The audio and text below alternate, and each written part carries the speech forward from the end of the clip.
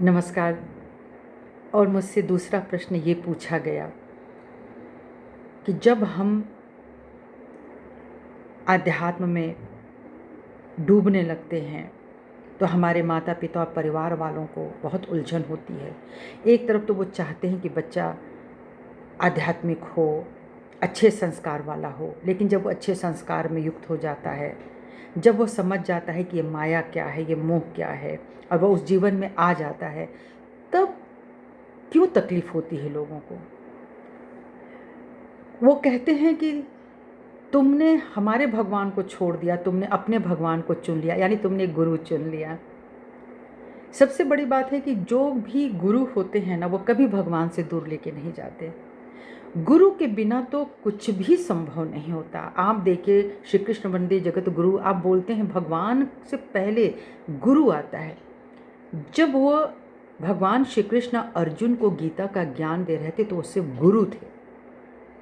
गुरु के बाद ही गोविंद ने अपना रूप धारण किया विराट का। तो पहले गुरु है। आप शिव जी को भी पहले गुरु मानते हैं। ये जो गुरुओं का गुरु है, पहले वह गुरु है। वह गुरु तत्व आप में स्थापित होता है, वह भगवान विष्णु तत्व है। तो जब तक आप उनको नहीं प्राप्त करेंगे, तब तक कैसे सत्य का ज्ञान हमको प्राप्त होगा। हम भ्रांति में रह जाएंगे। अब बात आती है, तो क्या माता पिता को प्रेम न करें? बिल्कुल करना चाहिए। माता पिता का, अपने बड़ों का आप सम्मान करें। वो आपके ऊपर चोट पहुंचाएंगे कि तुम कौन सा जीवन जी रहे हो, लेकिन आप ये जीवन मत छोड़िए जो आपको बड़ी मुश्किलों से कई जन्मों के बाद मिला है। और अब आप माता पिता को मोह की दृष्टि से ना देखिए, उन्हें सम्मान कीजिए, आत्मा की दृष्टि से देखिए। आप प्रभु से कहें, ये आत्माएं हैं जिन्होंने हमको जन्म दिया है धरती पर। इस आत्मा को लाने में इन शरीर का हाथ है, जिससे हमको ये सब कुछ मिला है, यह स्वरूप मिला है, इसमें कोई संदेह नहीं।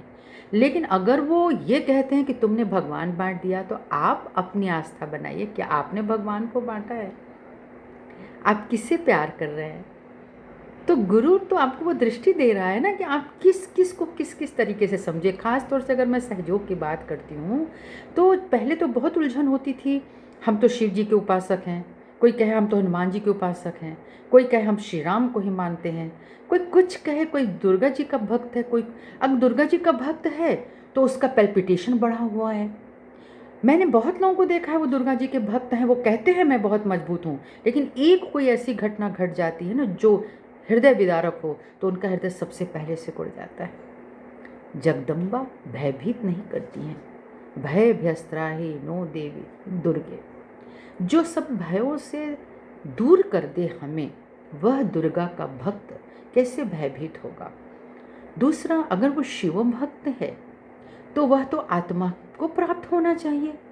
शिव आत्मा, आत्मा शिव, दोनों में कोई भेद ही नहीं है। तो जो आत्मा को प्राप्त होता है वह क्यों नहीं वो पूरे ज्ञान में उतरता है? क्योंकि आत्मा अपनी अपनी गुरु है, स्वयं की गुरु है, वह भी नहीं प्राप्त होता है अपने आप। हम विराट की बात करते हैं, हम श्री कृष्ण की बात करते हैं, हम मर्यादा पुरुषोत्तम की बात करते हैं, लेकिन आप ध्यान दें, जब ये भी बच्चे थे तो इनके गुरु थे। श्री राम जी के गुरु थे वशिष्ठ जी, संदीपनी जी श्री कृष्ण के गुरु थे। तो मतलब क्या है कि जब गुरु होता है तो भगवान छूट जाते हैं। ये बहुत बड़ा मिसकॉन्सेप्शन है हमारे समाज का।